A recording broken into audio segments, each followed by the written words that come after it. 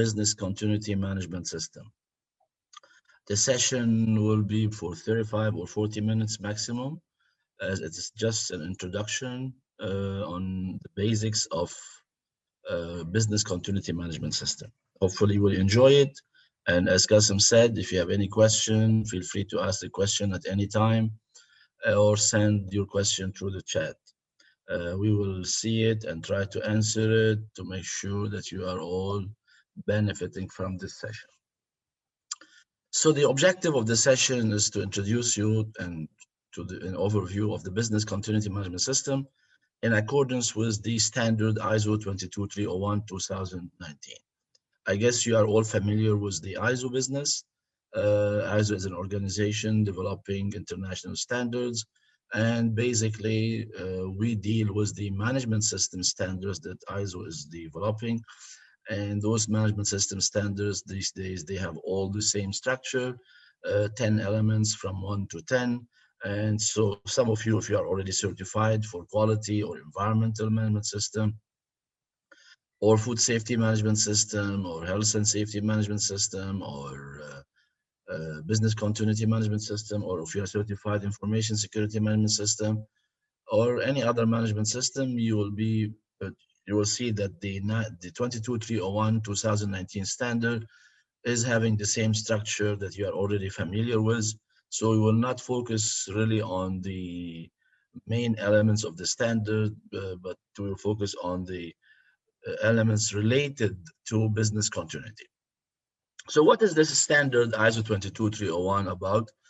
Usually in all management system standards, MSS, we need to know what is a standard. We have to read the introduction of the standard, and we have to read the scope of the standard, section 1 of the standard. Many people, when they implement management system standards, they start reading the requirements from section 4 of the standard, which is wrong. We all need to start reading any management system standard from the introduction, because in the introduction of the standard, they will explain why this standard is in place, why this standard was developed, why this standard is being used. And in the scope of the standard, they will say, what is the purpose of that standard when you implement it, what you are looking for. So if you look at the scope of ISO 22301 standard, section 1 of the standard, you will see that this standard specifies requirements to implement, maintain, and improve a management system to protect against. So look what is the purpose of the standard. You have a management system to protect against. This protect against, meaning this is before something happened. Reduce the likelihood of the occurrence, okay, before it happens, of prepare for, respond to, that's during the disruption, and recover from disruptions when they arise. So basically the key word here is disruption. So business continuity management system is a management system that will deal with a disruption. So the standard is looking to have a management system that will protect against disruption. Of course, we all know that some disruptions we might anticipate, some we might not anticipate, and COVID-19 is one example. Today we are all living that no one probably was anticipating to having a COVID-19 pandemic for more than 1 year now all over the world, 130 million affected person, 3 million deaths. So probably no one was anticipating that. But a lot of disruptions we can anticipate. So the standard is there to say, try to list potential disruptions and see to put a system to protect against those, reduce the likelihood of occurrence. So make sure that it doesn't happen, okay? Or minimize the likelihood of it happening. And then if it happens, be ready, prepare for. If it happens, be ready for that. One example here in Lebanon is that we all know that in September it will rain. So that's a disruption for traffic. So then we have to be prepared for, but no, we are never prepared. I don't know, because probably it comes every year suddenly, but we all know that it's coming. It's not a surprise for all of us that at the end of September we'll have a heavy rain. But anyhow, so that's a disruption. So we need to have a system in place to be ready for that disruption. But if we can have some kind of controls to protect against it so it doesn't happen, that disruption, but we have to anticipate it first. We have to know what it is, what it could be. Okay, then but if with all the controls and all the actions and all the plans and all the strategies that we might have in place to reduce the likelihood of disruption happening, it does happen. So we have to have a response for it. We need to be ready to respond to it, and during the disruption to try to minimize the impact of that disruption while it's happening, and then recover after the disruption. That's after.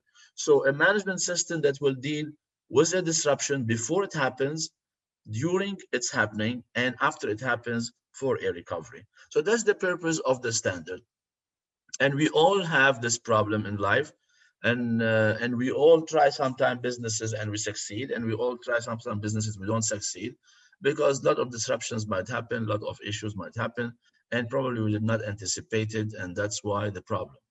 Okay, so the standard specifies the requirements for the planning, establishing, implementing, monitoring, and continual improvement of a business management system, business continuity management system. It's like any other management system standard based on PDCA, plan, do, check, act, cycle.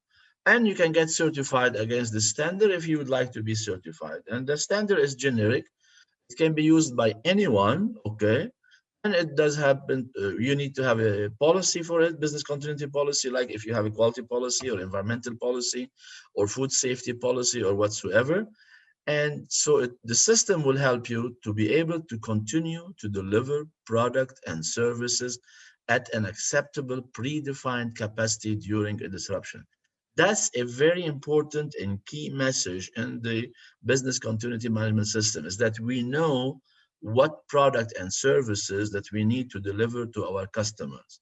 If there is a disruption, how we will be able to continue delivering our product and services to our customers, and at what capacity level. So is it 10% level, 20% levels, 50% levels? What is the minimum capacity level that I need to have to deliver my product and services during a disruptions to my customers, and how this will be done? So I have a strategy, I have a business continuity plan, I have a response plan, that if a disruption happens, I'm ready to be able to deliver. But this will require that first I know what are the products, what are the services that I need to deliver, okay, and who are my customers and how I deal with those customers. So that's basically very important to understand that. And then if it, the purpose for me as an organization is to continue in business, because we say the business of business is to stay in business and grow. So if I want to stay in business and grow, I have to be able to deal with a disruption and the disrupt continue. Now we know, for example, because of COVID-19 and the pandemic we are living in now, a lot of businesses have closed because either they were not ready or they didn't know how to deal with the disruption when it happens. So that's a big issue. So of course, depends also on the business and the circumstances and whatsoever. So this is very important to know. This is what is sometimes called the MBCO, the minimum business continuity objective. That's the predefined capacity that you want to live with. Okay, so that's the purpose of the standard. So if this is something you'd like to do in life, we all need to do that. So we have to be able to implement the system. So the standard talks about dealing with a disruption. So what is a disruption? Now, when we need to know a definition of a term used in a standard, we don't go to the dictionary. We read the definition from the standard itself, if it is in the standard, or if there is another standard where definitions are. So for example, for the ISO 22301, there is another standard, ISO 22300, not 301, where they have all the definitions related to business continuity management system.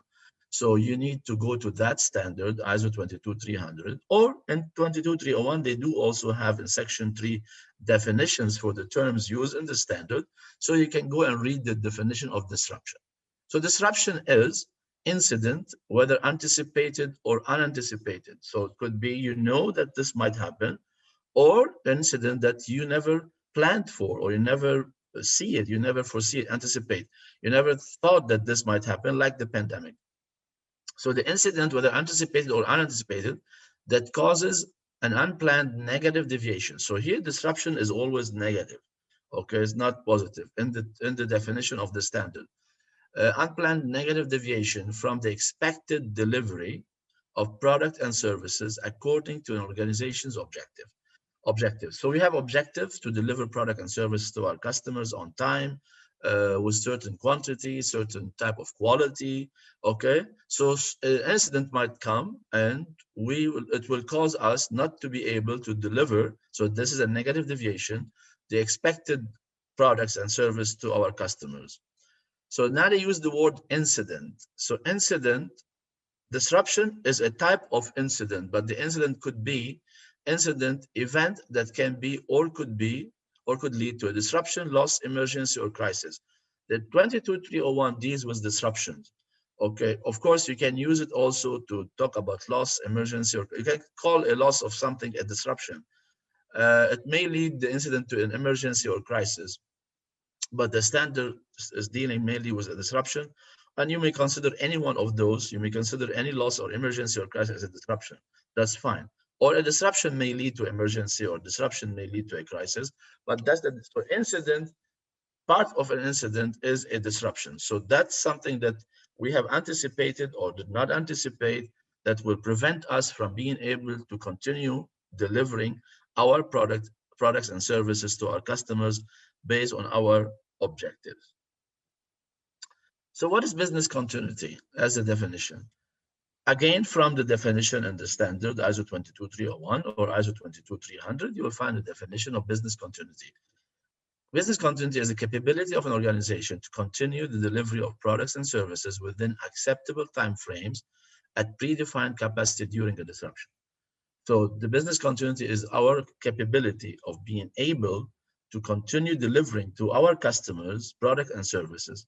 Now, not necessarily at 100%, but within acceptable time frame, meaning that we have already an agreement with our customers somehow that if something happened, what is the minimum? So we need to talk to the customers and understand from them what is the minimum. For example, in automotive industry, they've put a condition on all their suppliers, tier one suppliers, that they need to have always a 3 months stock. So they will need to, so the minimum acceptable capacity is 3 months delivery. So if you have any disruption that will stop you from operating, you need to always have a stock of 3 months of raw materials or materials that needed, or components that we need as OEM, original equipment manufacturer, in the automotive industry. Same thing in the aviation industry. So it's already an agreement between them and their suppliers, tier one suppliers, that 3 months. Then the tier one supplier will have with their suppliers the same agreement that you need to always keep 3 months supplies for me to be able to deliver my 3 months supply to my customers. So that's the capability at predefined capacity. Predefined capacity, that's the 3 months, okay?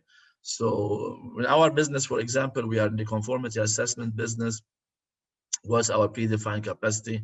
Can we deliver training? Can we deliver certification? We have some clients that they have certification worldwide, and they need the certificate to be able to deal with their supplier, with their customers. If they don't have the certificate, they don't have a current and valid certificate, they might not be able to sell their products and services. So what is our predefined capacity to be able to cover? So we need to understand that and to be able to continue doing audit and how we will do these audits. Okay, So at what? we have a question from Yes, Mr. go ahead. Michel Farah. Yeah. He's asking, is the miserable situation of Lebanon called a disruption? And if so, how could we have anticipated a protective management system, and how many of those should we have planned? Well, of course, this is a disruption, what we have in Lebanon. The pandemic is a disruption. The economic situation is the disruption. But this is beyond only the company's capacities. It's a country capacity. And as people, the before it happens, we would have being capable of selecting better politicians to run our country. We have not done that, so that's the problem. So we don't want to go into politics here, but if we were as a nation to be thinking about this as a disruption and anticipating that this might happen, and we probably many people were anticipating this is going to happen, but we haven't done, I mean, no one done anything, I mean, really properly. But as a company, yes, we could have a plan as much as we can to be able to survive and look at the minimum that we need to have in place. So, Michelle, I think you are in the medical field, no? Pharmaceutical. Pharmaceutical. So, okay, what are the critical medications that need to be in place to be able to survive and continue serving the customers? Okay, so that we do have chronic diseases for people, and then chronic disease will need always the medication. So we will discuss later and prioritize activities. So what are the prioritized activities, prioritized supplies that you need to have in place?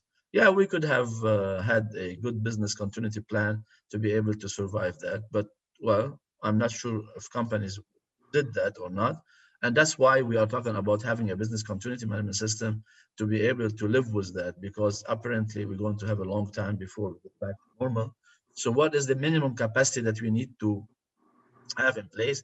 That's what we need to put as organizations. Yes, we need to have plans and response to all these issues. Thank you. Management system. So it's business continuity management system.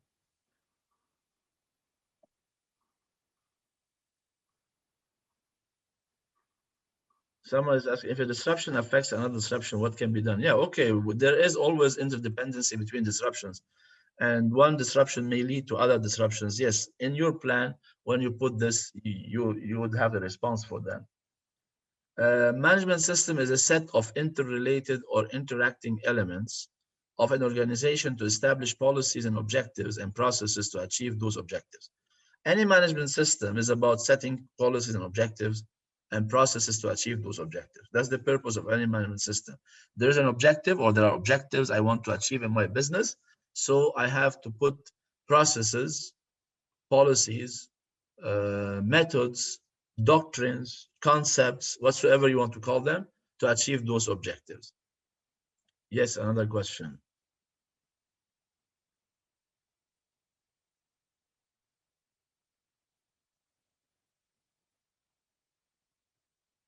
Yeah, okay, we will discuss, let's discuss these questions when we get to the business continuity plan and to the business impact analysis, how this will be done. Yes, I understand this. We're all living in this issue.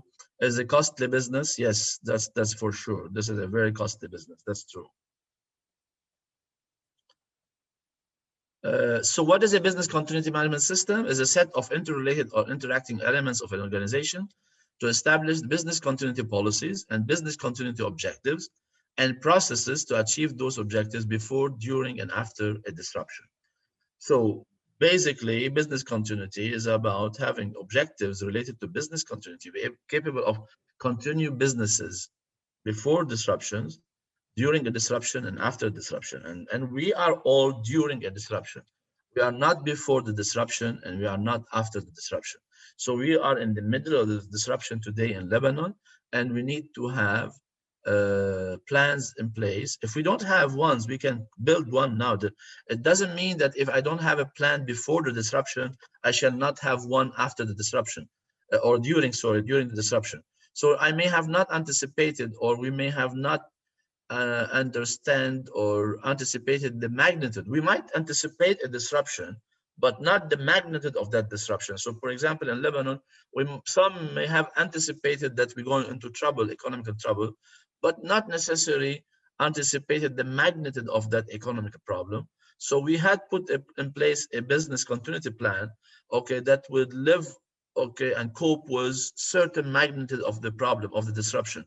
But now we know that the disruption is bigger than what we have anticipated.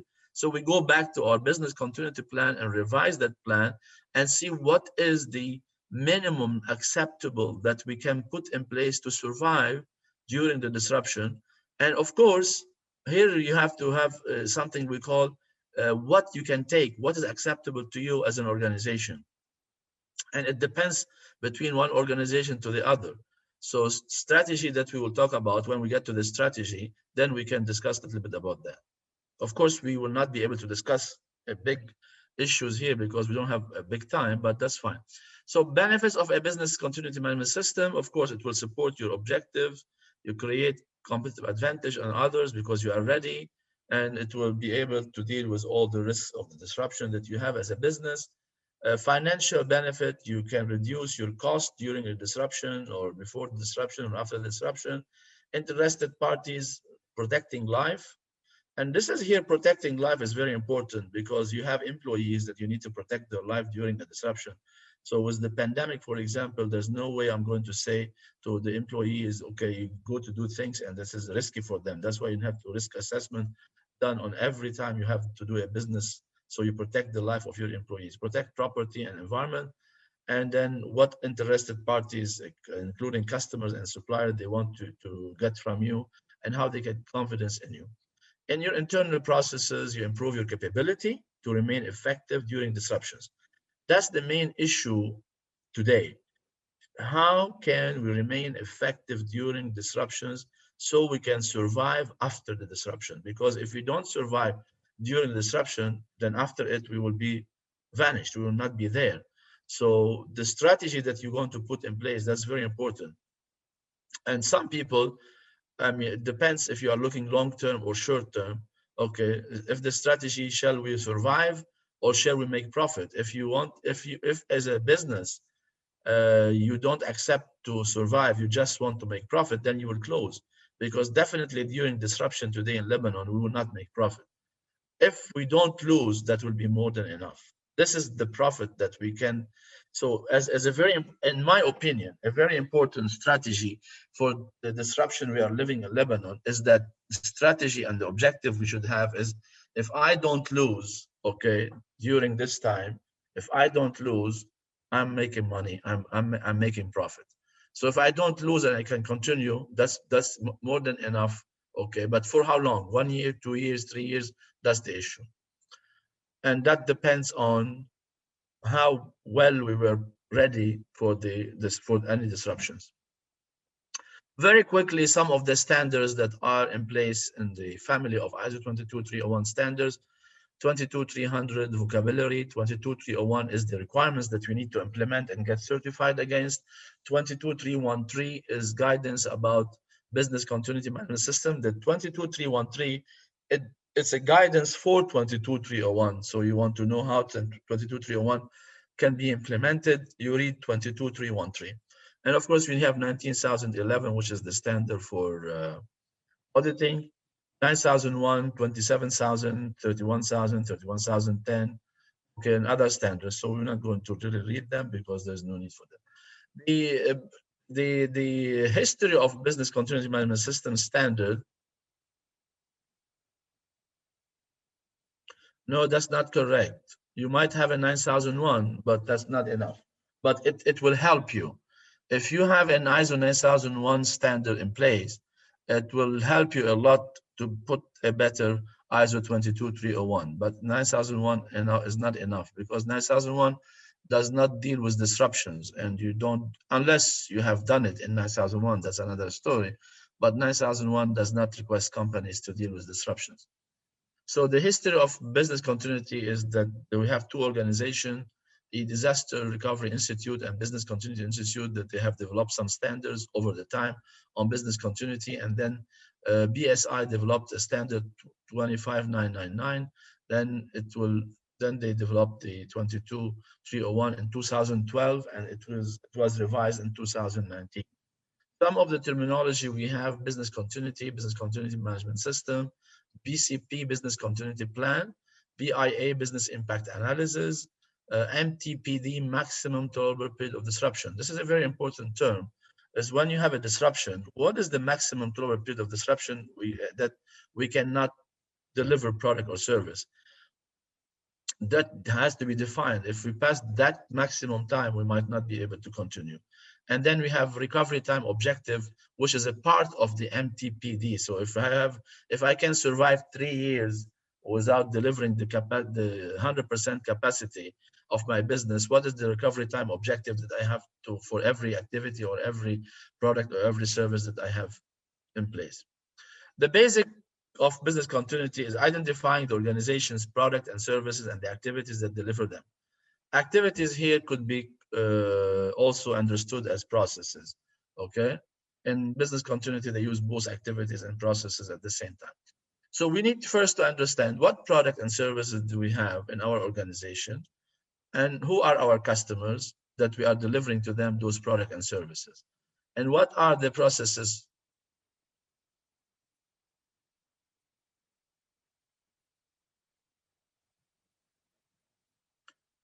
Someone is asking if we do risk assessment. Yes, if you do risk assessment and you consider disruptions in your risk assessment, that's good. However, you need to have a business continuity plan. Most people, when they have risk assessment, they don't have business continuity plan. They don't have a response plan. They might have some controls. Controls are not considered as a response plan, as a complete response plan. And we will see later on the difference between controls and a complete response plan.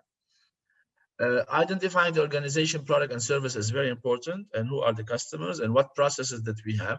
That probably, if you are certified ISO 9001, you have done.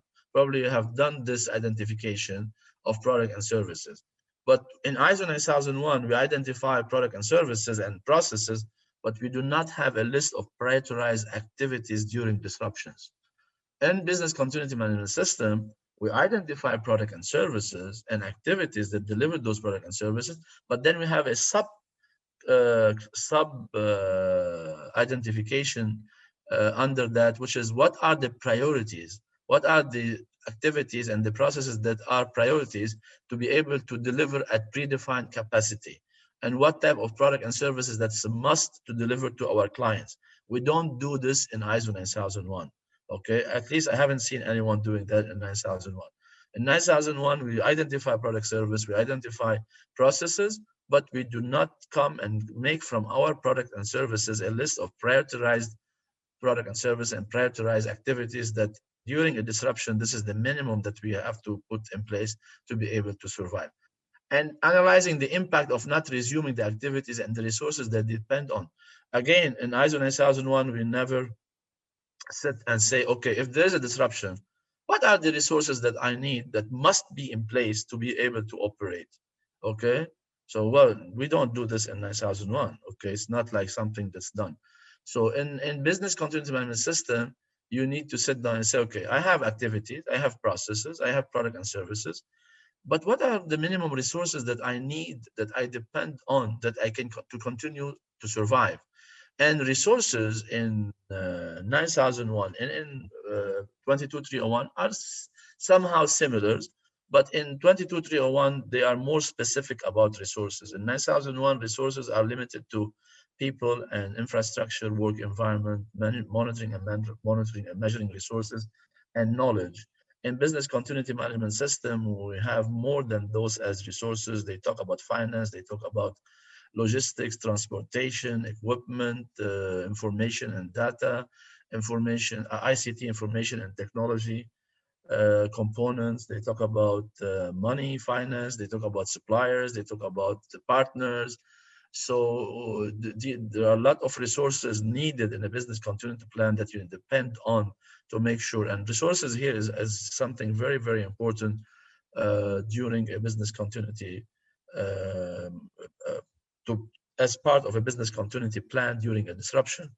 In 9001, we don't tackle that. We don't talk about that. Understanding the risk of disruption. That's very important. If you have a risk management system, have we thought about risk as disruption? Because the impact of a disruption is different than the impact of a operational risk or strategic risk or tactical risk of, because when we have too many types of risks. Okay, so when you identify risk, one of the type of risk is disruption risk. So many organizations, when they deal with risk management, they list the type of risk as strategic risks, operational risks, tactical risk, financial risk, IT risk, whatsoever. But and type of risk like hazard risk, compliance risk, okay, pure risk, opportunity risk, Here we have another type of risk, which is disruption risk. Okay. So, and even in ISO 22301, you do have two sections about risk. Section 6.1 that talks about the business, the management effectiveness, management system effectiveness risks, and the disruption risks. Disruption risks are a different type of risks that you need to worry about. Now, if you have done a risk assessment and considered disruption risk and put controls for that, it means you have only done the before, not the during, and then not the after. Many organizations, when they deal with risk, they talk about the before, the controls to prevent the risk from happening or to minimize the risk from happening, but they do not put controls or measures in place to deal with what will do if it happens.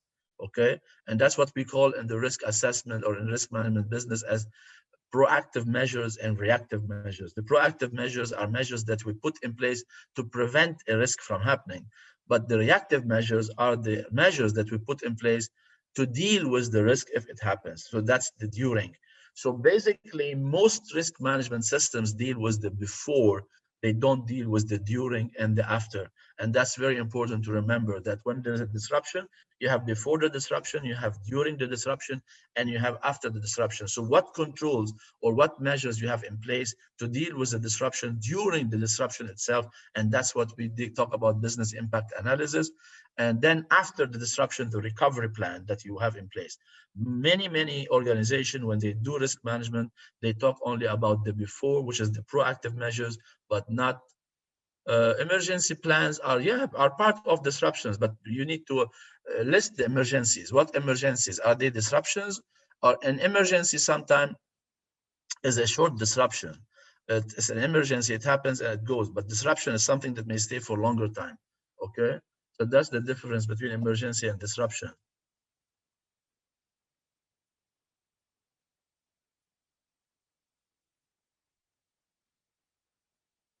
Yes, in business continuity, you see, for example, one of the big companies in the world, oil companies, if you are a supplier to an oil company, if you don't have a business continuity, they don't deal with you because they know that most people, they have a risk management system based on proactive measures that are controls to make sure that the risk will not happen, but they don't have measures to say what will happen if the risk happens. Okay, I have controls in place, so hoping that those controls will prevent the risk from happening.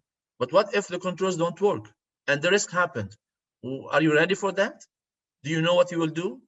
Do you have a plan for that? Do you have a response plan? That's business continuity. Okay, it's mandatory, of course, when you deal with business continuity to define disruptions and the risks related to those disruptions and what you will do before it happens, during it's happening, and after it happens. Okay, so that's very important.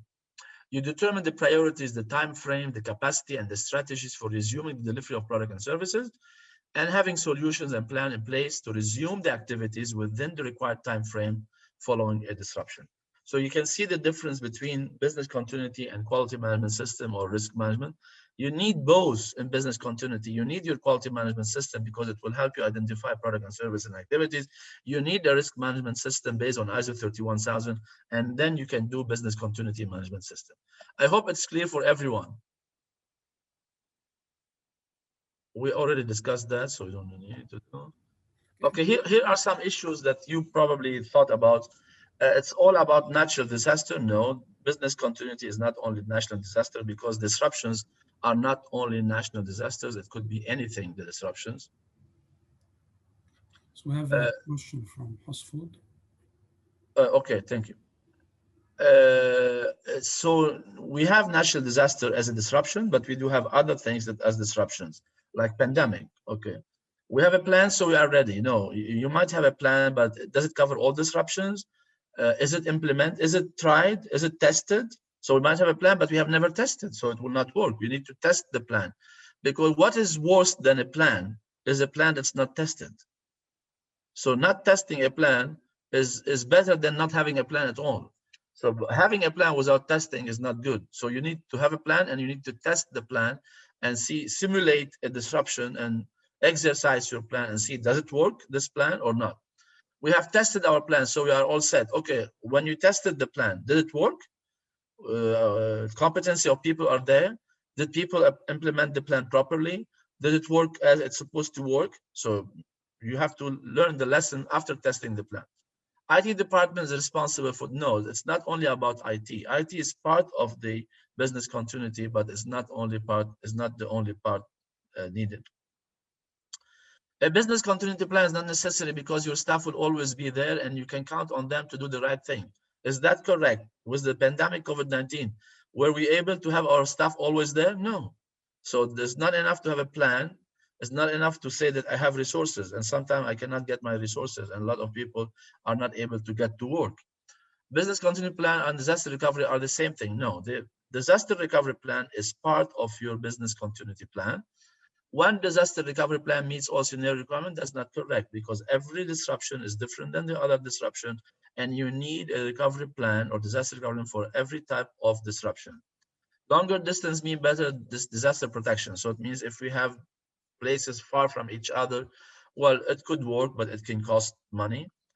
IT and business user have the same interest and business continuity. That's not correct. They have the same goal, but not necessarily the same interest. Okay, we have a question, sir. We have a question from, I think, Ms. Rasha from Husfood. She's saying we have risk, for example, for not getting visas to Lebanese people. This is a risk. Yeah. Where our job is to service customers on site in the Middle East area.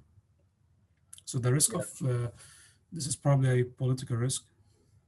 That's a disruption to your business. So you need to find a way to be able to hire other people outside Lebanon. So you may use capacity. That's part of your business continuity plan. If this is important for your survival as a business, then you have a strategy not to use only Lebanese in your business, but you can use other people outside Lebanon.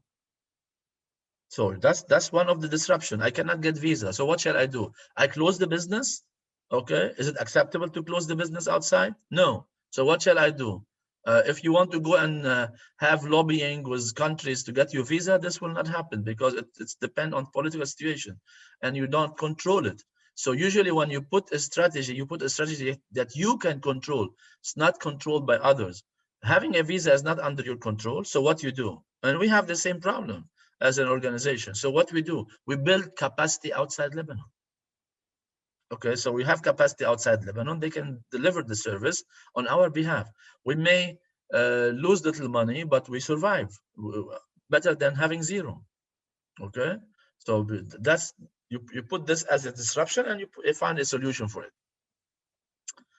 The standard 22301 is similar to any other management system standard. It has the 10 clauses. Clause 4, context of the organization, leadership 5, planning, support, operation, performance evaluation, and improvement. So it's not different than any other standard. Okay. Here, the context of the organization related to business continuity. Here, I would like to point out to you the fact that the standards start with section 4 does not mean that I start with section 4 when I build my system. The sequence of clauses in the standard does not mean the importance of the clause. So it's not necessary that clause 4 is more important than other clauses, and you have to start there. First, in a business continuity management system, you start by identifying what disruptions you have in place, you might have in place. You start by identifying your product and services and your activities, and you start by identifying your policy and objectives. What is my objective? What is the minimum business continuity objective I have? What capacity I need to work with? So 20% of my work, 30% of my work must be always working.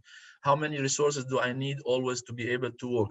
So once you identify that, then you go and look at your context. You say, okay, do I have any issue in my context that may not help me achieve that?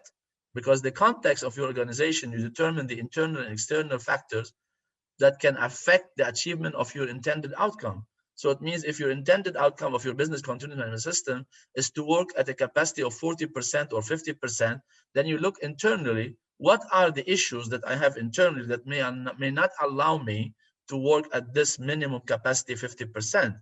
And then you list those internal contexts and external contexts.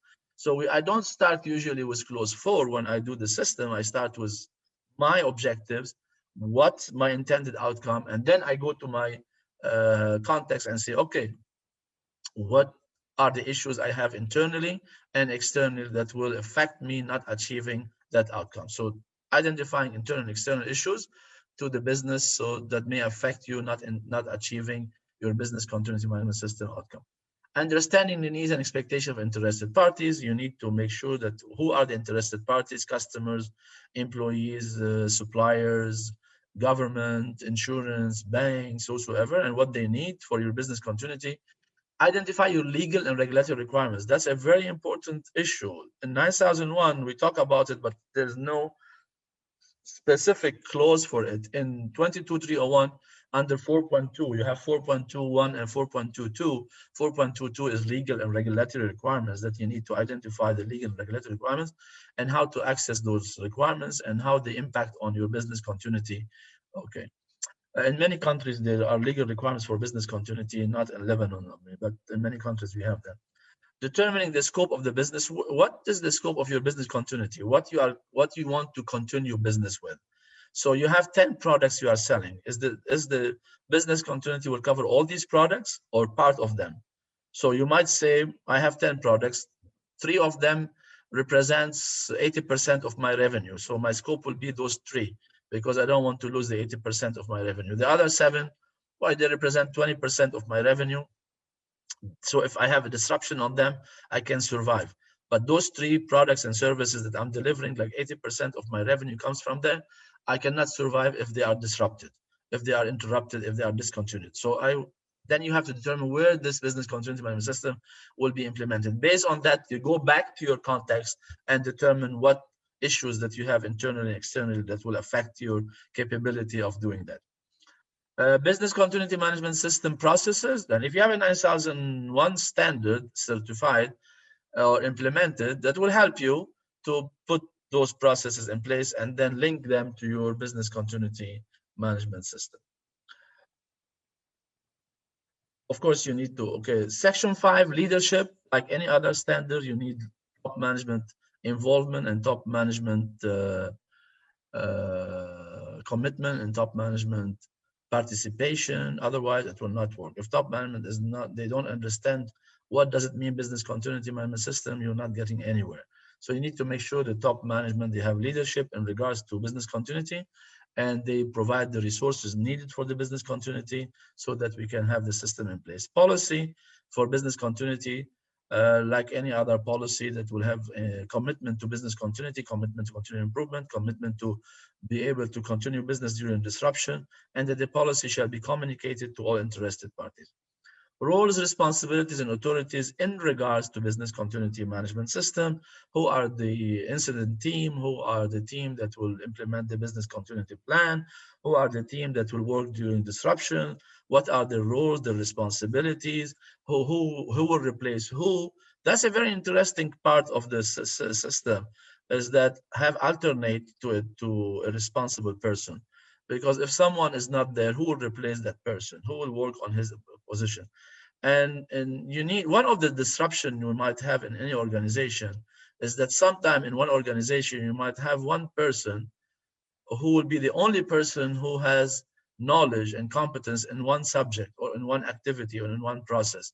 And if you lose that person, you are in trouble. So that's a big disruption. So how you do to make sure that you don't have this disruption in your business? What if you have a disruption and this only person that knows how to deal with something in the organization cannot be there? What you will do? So roles, responsibility, and authority in regards to business continuity management system. That's very, very important to know that. 6.1, action to address risks and opportunities. Here they talk about risks to the business, risks to the effectiveness of the management system, not general risks, not risks to disruptions, not disruption risks, okay? Disruption risks are covered in section 8.2 of the standard. Here we're covering risk related to the context, to interested parties, to effectiveness of the management system, and what actions you put in place to prevent those risks from happening or to control them and to make sure they are working. Then you have 6.2, business continuity objective and planning to achieve them. So what are your objectives? The MTPD that you put in place, minimum time of this of period of disruption, that is an objective of capacity. What's the minimum capacity I want to have in place during disruption? So you put your business continuity objectives and to put plans to achieve them. And then you need to plan changes to make sure that you change the changes properly.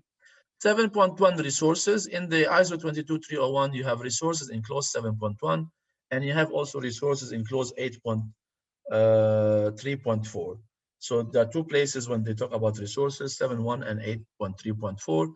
Here they talk in general that you need to provide resources, but in 8.3.4, they talk about specific resources that you need to have in place when there is any disruption, like people, equipment, infrastructure, physical infrastructure, information and data, ICT, finance, logistics, transportation, uh, procedures, plans. These are all resources needed for that.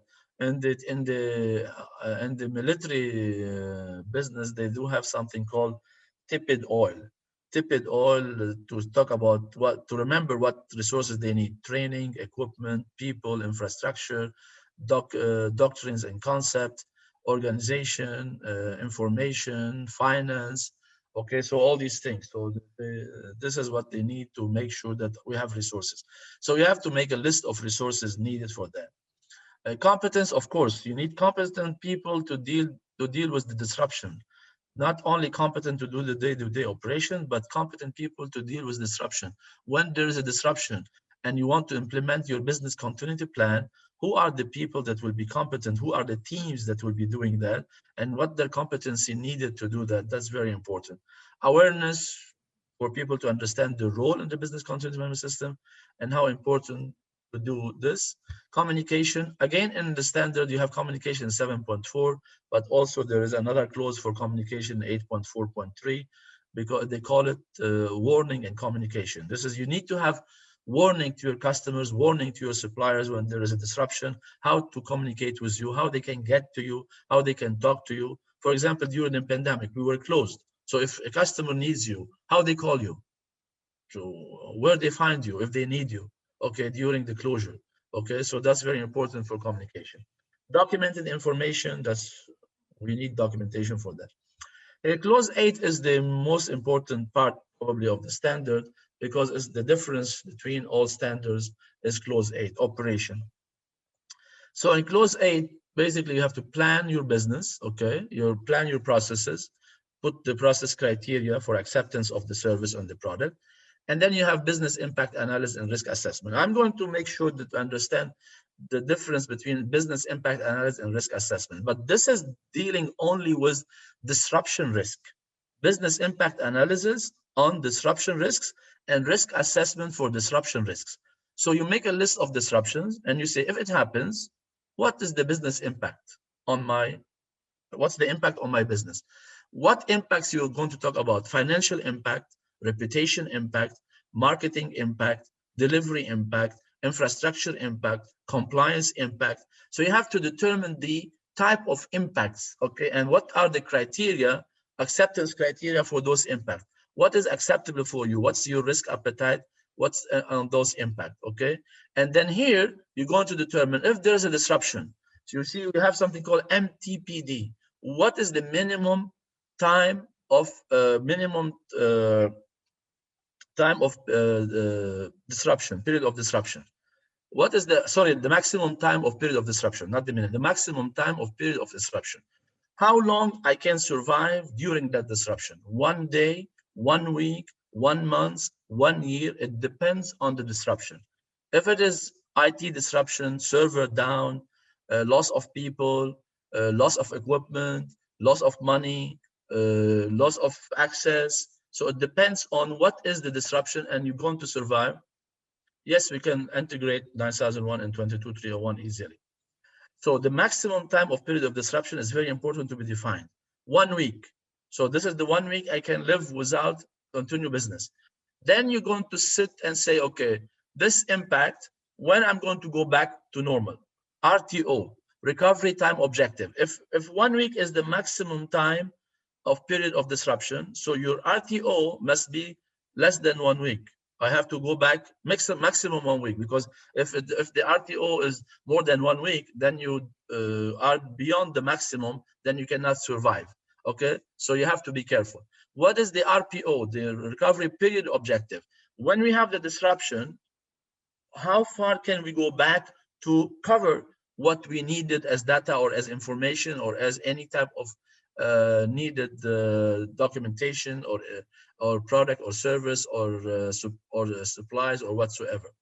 And then you have MBCO, which is the minimum business continuity objective, the capacity, the minimum capacity I need to work with.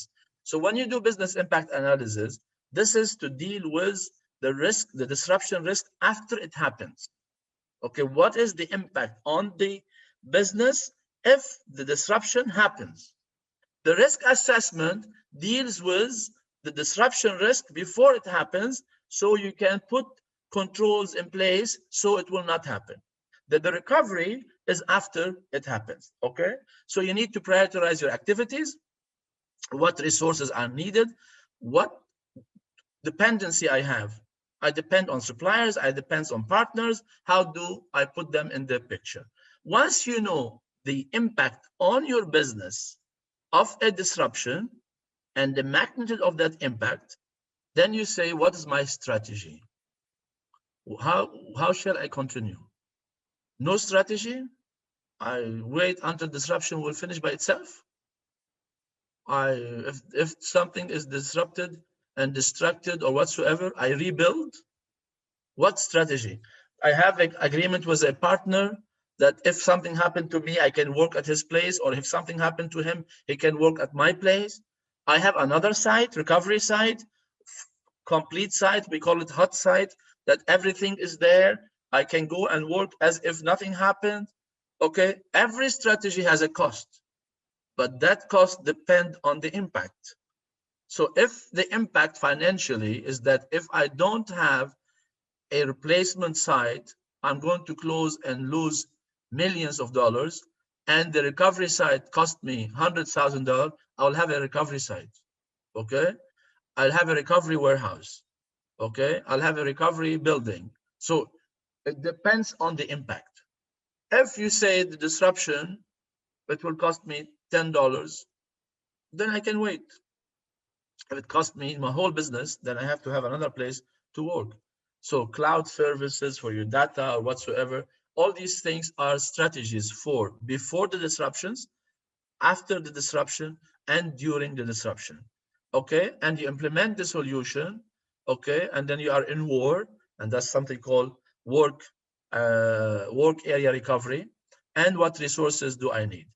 And then you put a business continuity plan and the response plan for every type of disruption, and then you exercise that plan properly. You test it, you make sure it's working, 8.5, and then you have to evaluate all your business continuity documentation and capabilities. And section 9 is about the performance evaluation, Before we go like to section monitoring, 9, measuring, analysis, and evaluation, internal audit management review. You all know that, and we all do it. And section 10 is about non-conformities. I'll give you an example on the business continuity plan. sorry, See, here is, yes. before we go to the example, there's a question from Mr. Saleh. What if incident takes long time, like many years, 6 years? Yeah, that could happen. You need to have a business continuity plan to deal with that. Yeah, but you identify the disruption and you say this is going to take 6 years. What's my strategy? How can I live with that? So depending on the impact, that's what I said, the strategy depends on the impact. So you have an event, a disruption. Okay, what could cause that disruption? If I can have pre-event controls, that's my risk assessment, and put controls here in place, measures in place, strategies in place, solution in place, that this disruption will not happen, that will be very good. That's before. Here, event, I'm during the event. So during the event, what measures I'm going to put in place? Okay, post-event controls. So after the event happens and during the event, what controls I'm going to put in place so I can survive because of that?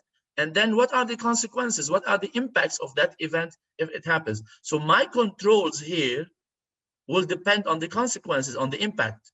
So this is business impact analysis and risk assessment in one place. So here is on the left side, you have risk assessment.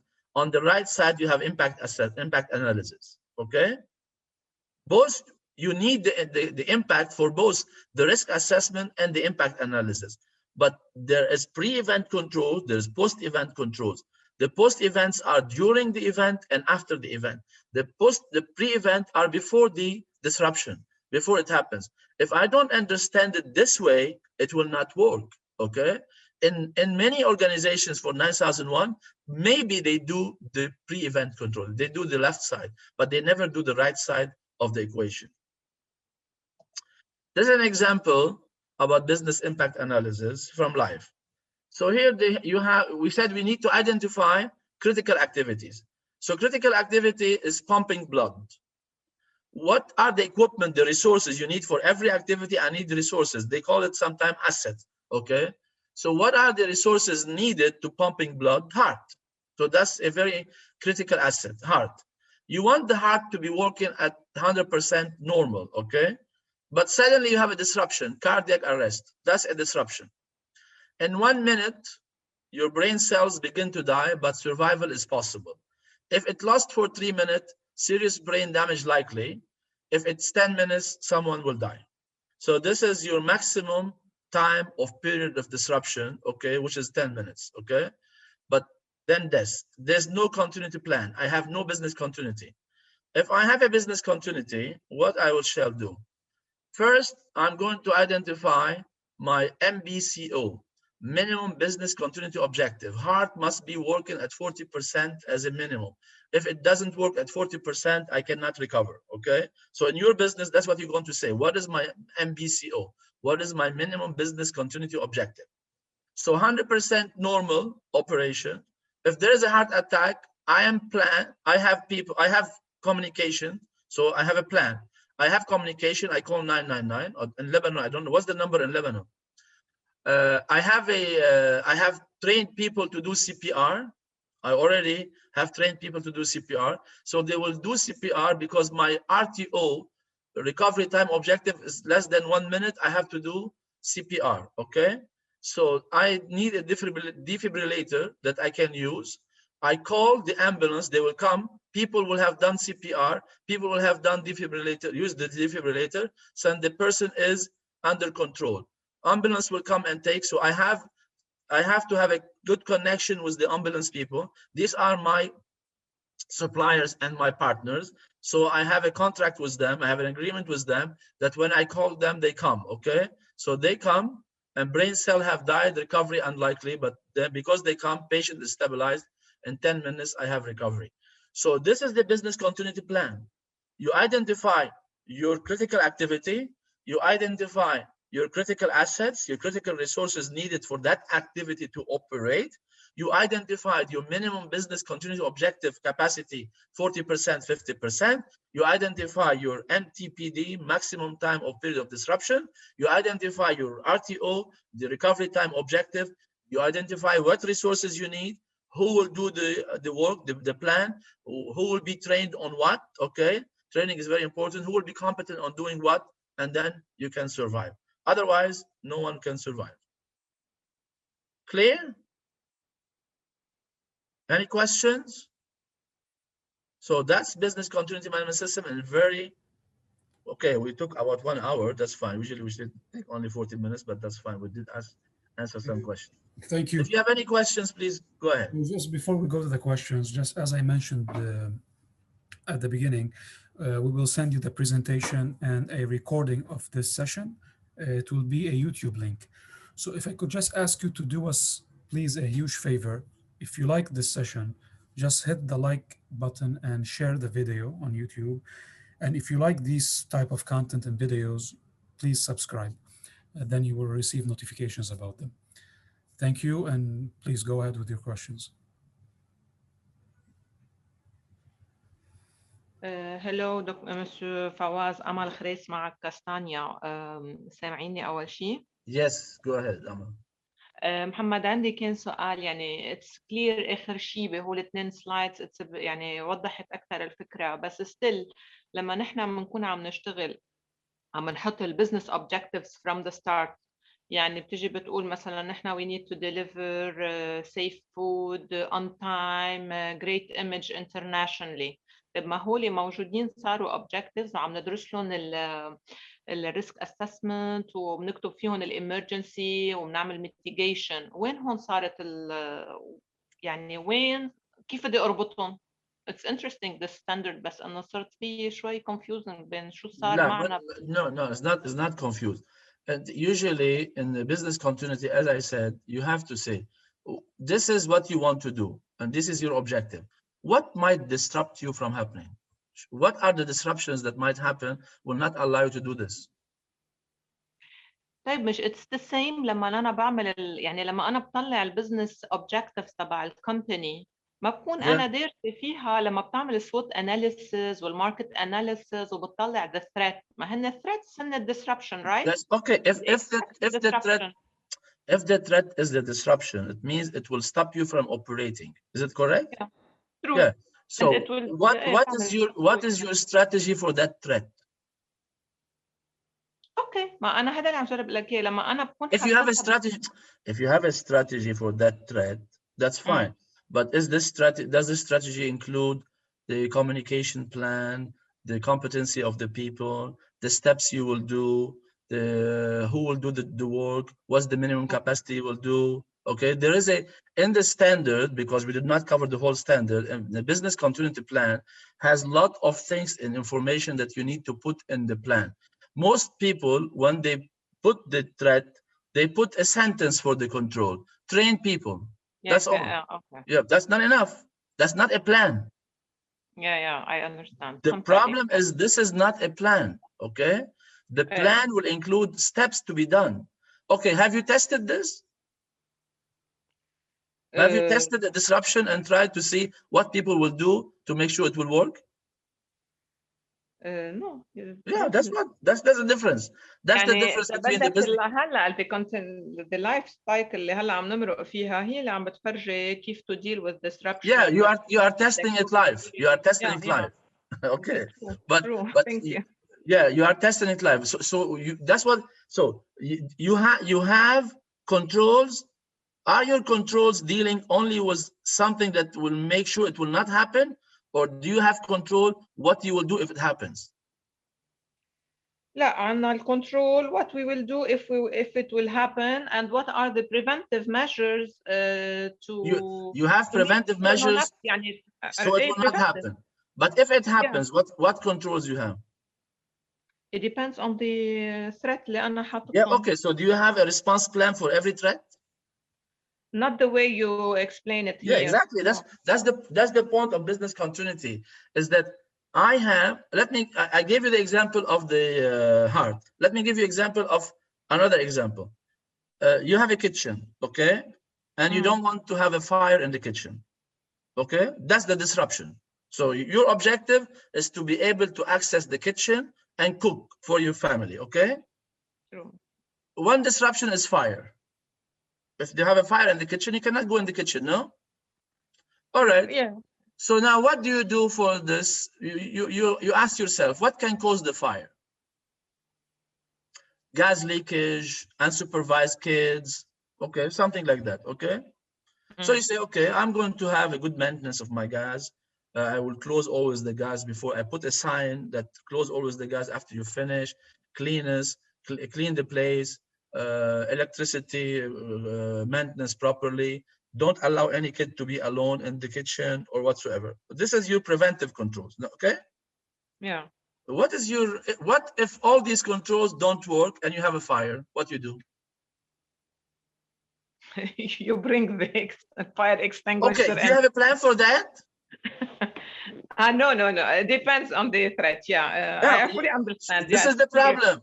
The problem that we have in many organizations that we deal with pre-event. Yeah. We put controls in place so to prevent a disruption from happening. But we do not have measures, what we call reactive measures, if it happens.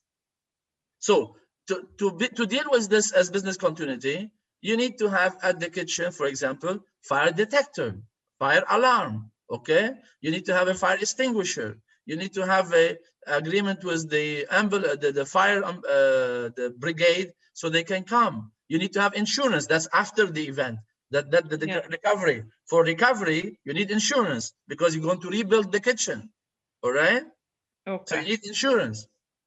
So these things usually are not in place, and that's the purpose of the business continuity plan, is that I'm dealing with the disruption when it happens.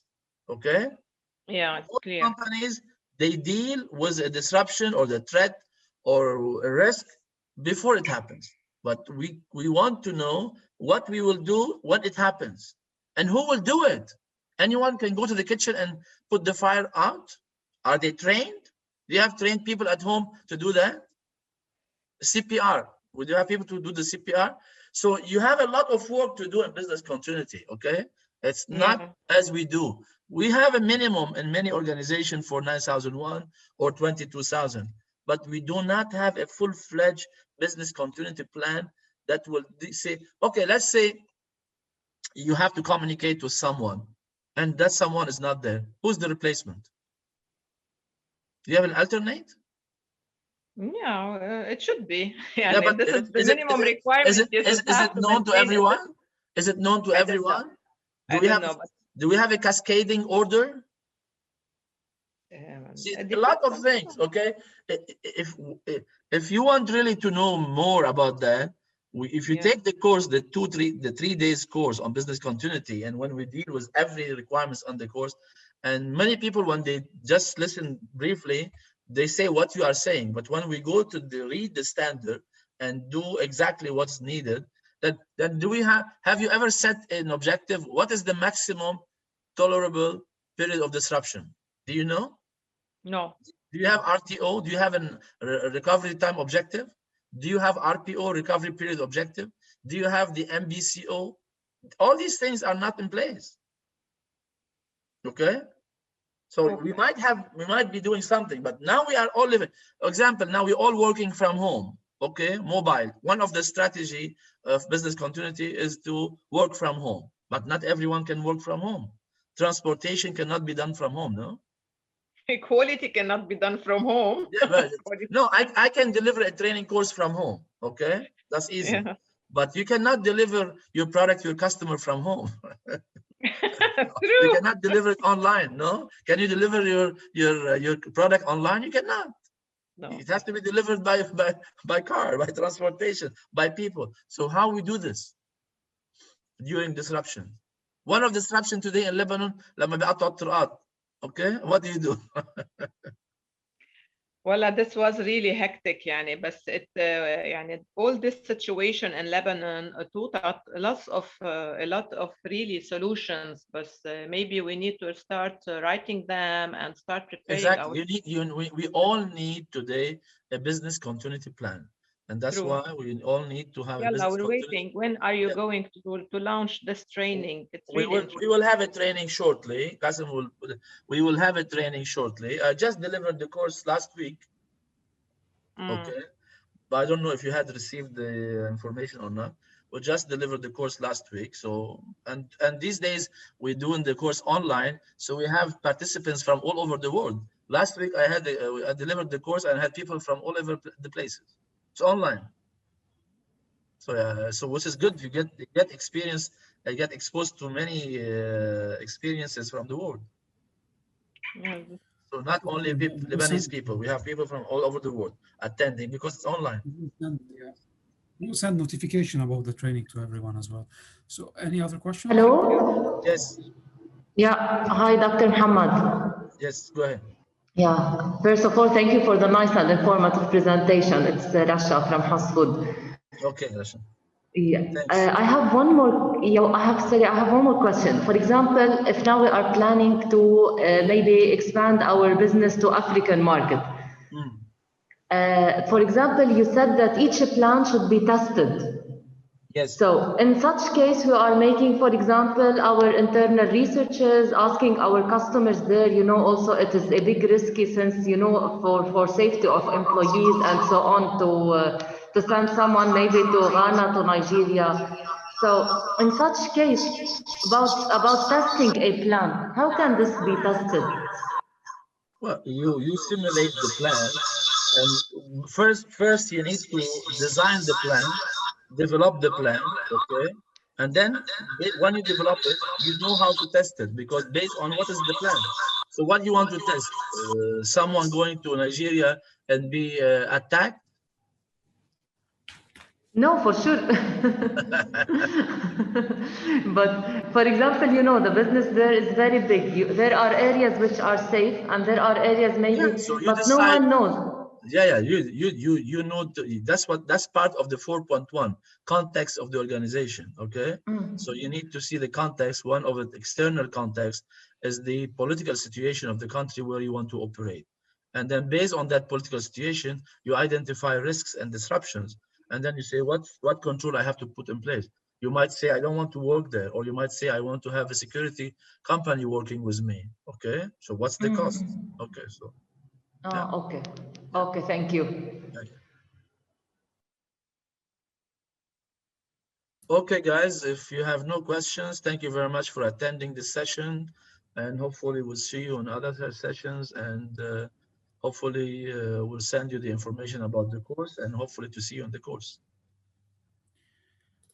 Hopefully, okay. Thank you, everyone, and enjoy the rest of the weekend without Thank you. road blockage, I hope. Thank you.